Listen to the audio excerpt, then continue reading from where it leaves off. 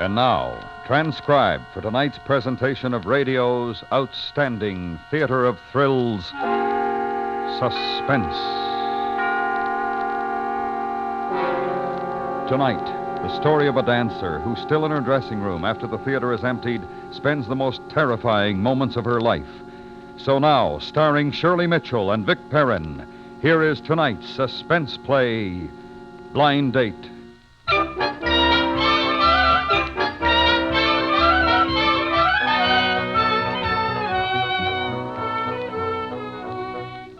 Marcos and Mamie had said goodbye. That left me alone backstage. I'm always late anyway. 8 acts on the bill, and I'm always the last to leave the theater. Hiya, cutie. What do you mean coming into a lady's dressing room without knocking? I never heard of a call boy who didn't know how to say, "Are you decent?" Oh, relax. Take it easy. We can't all be double-jointed. What do you want? He's outside. Who's outside? Oh, some John you won't like. Says he's got a date with you. Oh, baby, you're closing tonight. Tomorrow you'll be in far-off Detroit. And will you wish you'd done the loop with me once? Huh. I'll let you do our own circuit tonight. I have a date, thank you. Go out and tell him to come in, if you please. You can do better than him. You got talent in those joints. You need somebody to watch out for you. In the profession, I mean. What's a cute little trick like you taking fourth billing to a lot of acrobats? You stick to your call boy profession, and I'll worry about my billing. Yeah. Still mad because I tried to kiss you. Ah, Gloria, this is your last night. I told you before I don't like to be touched by you or anybody else. Hey, I'm beginning to think you mean it. Get out of here. Okay. But your stage door Johnny ain't gonna be no improvement. Believe me. The idea. The very idea. Oh, darn it. Where did I put that powder pop? Oh. I believe I'm on time. The clock on the Wrigley Tower has just struck 11. I'm Vincent Hawthorne. Oh, yes. And I thought the day wonderful till I saw the night. Come again? Not what you expected? Of course not. Well, won't you come in, Mr. Hawthorne. Here, let me take your hat, Mr. Hawthorne. Thank you. I'll only be a minute. I'm leaving Chicago. Close tonight, you know. Detroit tomorrow. I was delayed with packing and all. I'm not quite dressed. There. That's the props, anyway. A theatrical trunk. All this is a big thrill to me. Gloria Le Fay, theater, Rush. Gloria Le Fay, trends in bends. That's me. Well. This is my first experience meeting an artist. Oh. Gloria. A lovely name, Gloria. It fits you. You're a very lovely girl. What have you got there? It's a flower. A rose for you. Here. Oh, well, thanks. I like roses. I thought it would look nice in your hair, Gloria. Oh, yeah, thanks. Thanks a lot. That's real nice. Thanks. For your hair, yes. And this.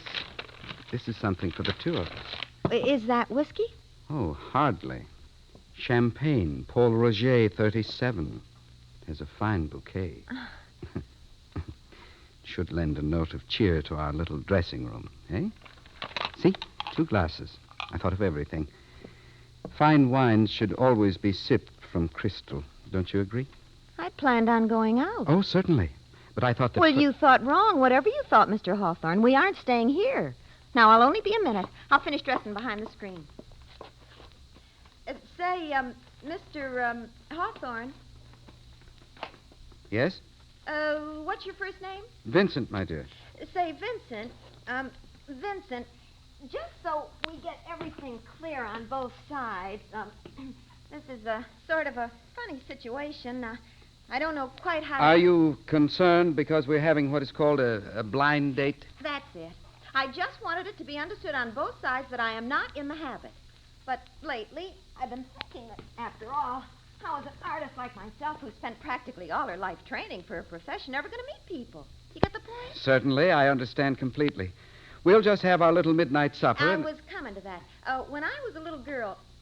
By the way, did you ever catch an act called Diane? Diane. Now, I'm not exactly positive, Well, but... you'd hardly have forgotten her if you had. Diane was my mother. Oh, indeed. She was A contortionist. It's almost entirely her act that I'm doing. Well, when we were playing Chicago once, when I was a little girl, we went to a little restaurant off the Gold Coast, which enjoyed largely theatrical clientele. It's called Gregory's. It's still there. I looked it up in the phone book. I thought we'd go there. Sounds delightful. Good. You say your mother is dead. Yes. Diane died 3 months ago. I'm terribly, terribly sorry, my dear.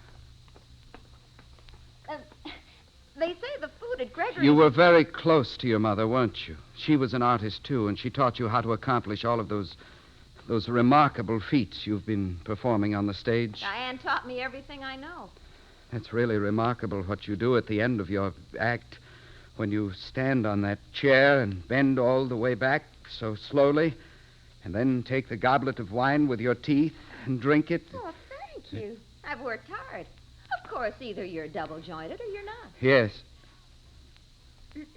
Where do you live? I was born in London. Oh, gee, I'd like to get over to London. London is a very lonely place. The Palladium. I'll bet It's full of lonely people. Oh, now... The world is full of lonely people, Gloria. Hey, that kind of talk can ruin an evening. If you're going to talk like that, I don't know about us. Maybe this will cheer you up. How do you like it? What are you doing with that knife? Just opening our bottle, Gloria. Well, I told you I didn't want to drink here. I want to go to Gregory's. Let's put the show on the road. Well, here's one for the road. A little glass of wine will do us both good.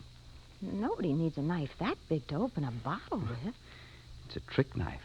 See? You see, you press the little button, and it's gone. Just like that. Disappeared into the handle. Well, I don't like it. People get hurt with knives. I don't like your knife. And while we're at it, I don't think I like you either. I'm sorry, Gloria. I'm sorry my knife frightened you. I don't know. I think you'd better go. Please, Gloria, don't be angry with me. I'm most anxious to take you to Gregory's, where you once went with your mother, dear Diane, many years ago. I don't know. And we'll have something you didn't have at that time. Cognac, French cognac, in a quiet corner by candlelight. There'll be music. What does a girl do when she draws a fellow like you? Why, she has a little glass of wine to celebrate.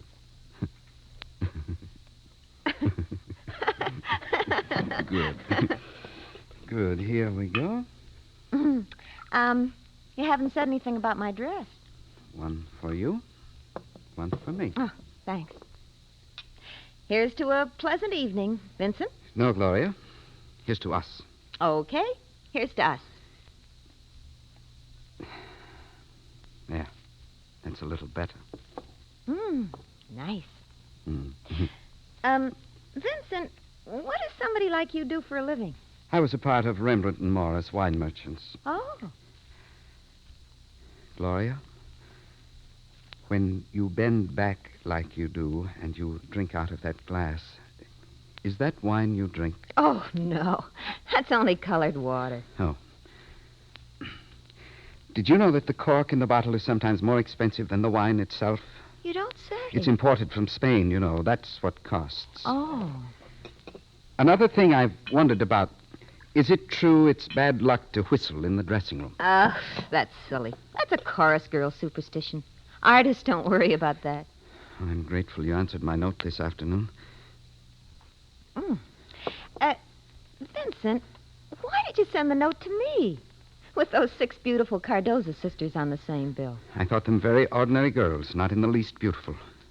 Not as you are beautiful. Oh, now. What made you answer my note? I had 3 birds this morning. Birds? Tea leaves means good luck. And then when I got your note, naturally I took it to Mamie. She does handwriting, too. She said you were a fine gentleman. Otherwise, I wouldn't have answered you because I've never had a blind date before. Then I'm most grateful to Mamie. Well, I think it's just about time we left. Oh, I don't know, Gloria. I see you have a portable phonograph. Travel with it? It's an old one. Doesn't work too well. I've got to have it fixed. I'm very fond of music, Gloria. What do you have here? It doesn't work. This one. Moonlight Madonna. It's the music you use in your act. Let's play it. I told you the phonograph doesn't work. All right, now, come on. I think you're wrong, Gloria. You see? It works fine, see? I finished my drink, so come on. Couldn't we have another one and listen to the record? No, I've had enough and you've had enough. Now, let's get Must you wear that fur piece? For your information, Mr. Wise Guy, this fur piece was given to me by Mr. John Meston and is practically unattainable on today's market. You just can't get it nowadays. I can wear this anywhere at all. What I mean, Gloria, it doesn't do you justice. Nothing is beautiful enough for a girl with lips like... Don't touch me. Don't ever touch me. You shouldn't have done that, Gloria. When I was a little girl, one night I was standing in the wings watching Diane, and a stagehand kissed me on the cheek. And I just... Well, he's still carrying the scar on his forehead. I took the heel of my shoe and I hit, and he... Don't ever try to touch me. Never. Now, we've had our wine, and it's 11:15, and we're going. We're going right now, understand? We didn't hear the rest of the record, Gloria. Get out. Get out of my dressing room. I don't want to leave yet, Gloria. Why, you... I'll show you. What? It's no use. I have the key. Bill, come here and help me. Bill! If that's the name of the stage doorman I met coming in, a liberal gratuity, a gentle hint, and he obligingly left you and me alone, Gloria. There. Now, aren't you going to take the drink I fixed for you? I'm not afraid of you. I'm not afraid of anybody. There's no reason to be afraid of me, Gloria. Take your wine and sit down. Listen to the music. Here. I don't want it. Now, why did you do that? Because I don't want to have another drink here. I want to leave. Unlock the door. Don't be impatient, Gloria. We'll leave in a moment. Why can't we leave now? I want to get out for some fresh air. You said you weren't frightened? I'm not. Well, then why do you want... You promised to take me to Gregory's for supper. I've done 4 shows a day for 6 days, and I'd like to relax. Tomorrow I've got... Of course you would. Look, I'll even change my fur piece, Mr. Vincent? You know, Gloria, loneliness is a terrible thing. Loneliness is awful. You can wander in a city of 1 million people and yet have no one to speak with. And you wander and you think there is no cure for loneliness. But as I watched you there dancing on the stage, I knew that loneliness has a cure. Just a simple kiss will banish loneliness forever. Well, you're not going to kiss me. I'll tell you that. I don't care how lonely you are. And I'm sick of this record. Wish I'd never answered your note, I'll tell you that. But you did answer it, and here we are. A girl can make a mistake. No, Gloria. You didn't make a mistake. I'm a humble man. I apologize to you. Unlock that door. I've been studying you, Gloria, ever since I came in the dressing room tonight. There's more to you than just a pretty face. That kind of talk doesn't impress me. It'll get you exactly nowhere. Unlock that door. What if I told you you'd successfully passed the test? I really have been testing you. Oh, yeah? When first I saw you 6 days ago, I knew there was a lot more to you than just a pretty face. And I came here tonight to test you. Well, what do you mean? When I tried to kiss you, that was the test. I had to find out what you were like. A man has to be careful, too. About a girl, I mean. And when you wouldn't let me kiss you, I knew you were someone Oh, Gloria. I don't get you at all. Scaring a girl half to death 1 minute, and now you're almost as if you were going to cry. I have a confession, Gloria. I've cried a great deal in my life. Really? Have you really? A very great deal. Well, then, now that I've passed your test, you know what kind of a girl I am, don't you? I know exactly what kind of a girl you are, Gloria. And we understand each other. Perfectly. I know you, and you know me. Well, then, let's put the show on the road. There's just one thing. Oh, what? Before we go out, I'd like to see you, for the last time, in the costume you wore for your act. What are you The green one. I like that one best. The golden spotlight. It's not here. I've already sent the trunk. I keep it into the station. I don't believe that. What's this, then? That's my other trunk. Give me the key, Gloria. I will not. All right, then I'll open it my own way. Put that knife away. Gloria, a knife is a very handy instrument. A very handy instrument to have with you. Stop that. Stop that. You're going to break the lock. Get away from that trunk. Oh. Don't do that. Don't ever try to take my knife away from me. Don't ever try to take my knife away from me.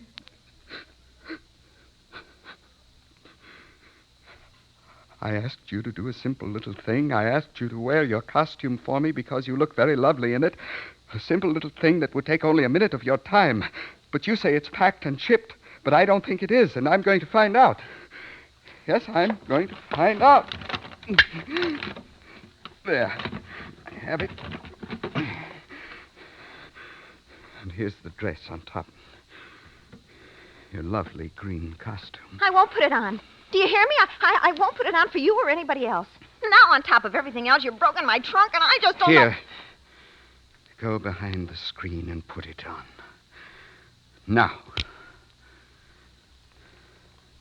All right. All right, I'll put it on. I'll put it on. That's a good girl. You know, Gloria, I didn't mean anything by showing you my knife. It's just that I want to see you exactly as you look when you're performing on the stage. You're so very lovely, Gloria. You're so lovely. All that isn't going to make me forget that knife or what you've done. I'm just a humble man, a human being, same as you. But I'm lonely, Gloria. Terribly, unendurably lonely. Ah, you've got friends. Have you put on the costume, Gloria? Yes. Here it is. All right. Take your look, Mr. Hawthorne. Well? Lovely. It's lovely. All right, then. Now Well, what are you doing? How can you perform without music? Perform? Why else would I ask you to put on your costume? You're going to perform for me. I'm not putting on a special act for anybody. You can't imagine, Gloria, the effect it has on me. Where you twist and turn slowly, silently. So slow, so lovely, and so alone. So very much alone. Alone? How can I be alone in a theater full of people? You can be alone in a city of 1 million people. You had no one in the theater, Gloria, even though it was crowded. But now, here, in your dressing room, you have me to watch. And you can perform for me alone. Hey, what's the idea of turning off the lights? All but the ones around your mirror. That's your spotlight, Gloria. You're on stage. Only it's all for me and no one else. Don't scream again. Don't scream, whatever you do. It upsets me.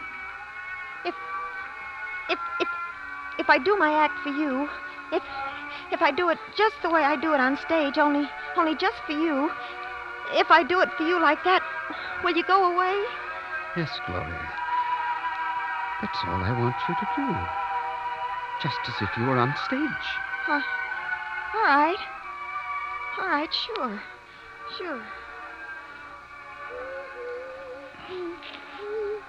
That's right, Gloria. Graceful. Very graceful. Slowly. Slowly. Why can't you do it for me? Why? You weren't clumsy in the theater when all those other people were watching. I'm sorry. It's such a small room. Never mind. Go on. Go.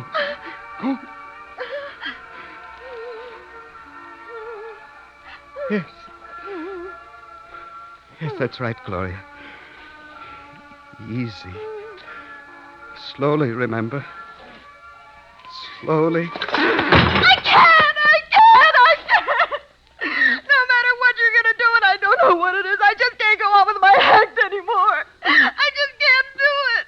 I'm a decent, self-respecting girl, and I accepted your invitation, and I thought you were going to be nice because of your handwriting. And you've got me so scared no matter what I do or say, I can't seem to please you. Why can't you go away? Why don't you just get out of the dressing room and leave me alone? I hate you. You understand? I hate you. You hate me. Well, let me tell you something. Every girl with a nice dress and pretty face hates me, Gloria. I don't care anymore. I was lonely, and I went to the theater, and I saw you there on stage, and I thought you were beautiful. I thought if I could see you alone in that same old costume, if you wore it just for me and performed just for me, then I wouldn't be lonely anymore.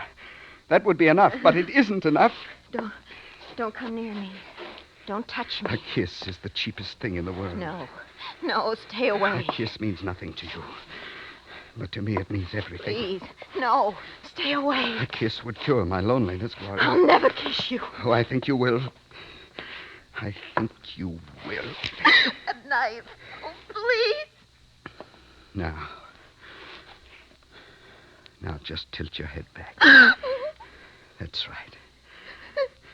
Now. Vincent. Darling. What? I said, darling. Why'd you say that? What would you say if I really kissed you? What do you mean? You said a kiss means everything to you. Do you want me to really kiss you? I can't believe it. I'd kiss you. I really would, but... But what?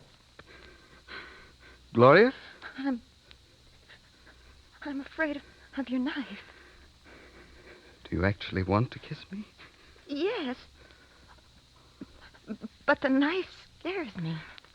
I never meant to use it, Gloria. Here. You take it. Now. I'll kiss you! I'll kiss you!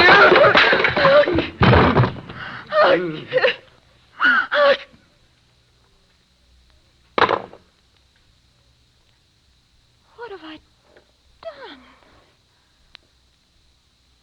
What have I done? What have I done?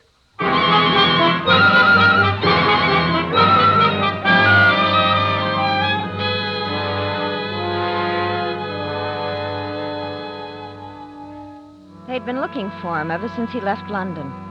They knew all about him. So they let me go. Self-defense. Loneliness is a terrible thing, he said. Well, no matter how lonesome I get, I'll never have another blind date as long as I live.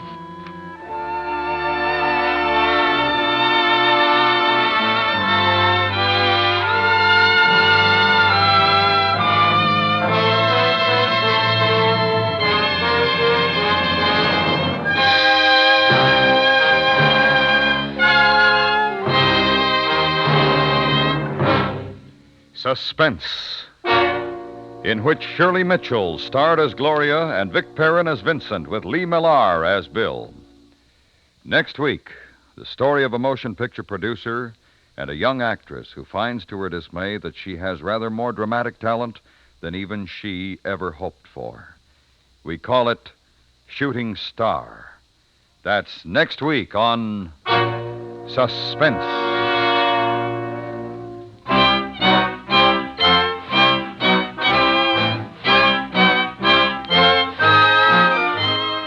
Suspense is produced and transcribed by Norman MacDonnell, with music composed by Lucien Morawick and conducted by Wilbur Hatch. Blind Date was specially written for Suspense by E. Jack Newman and Harrison Egley.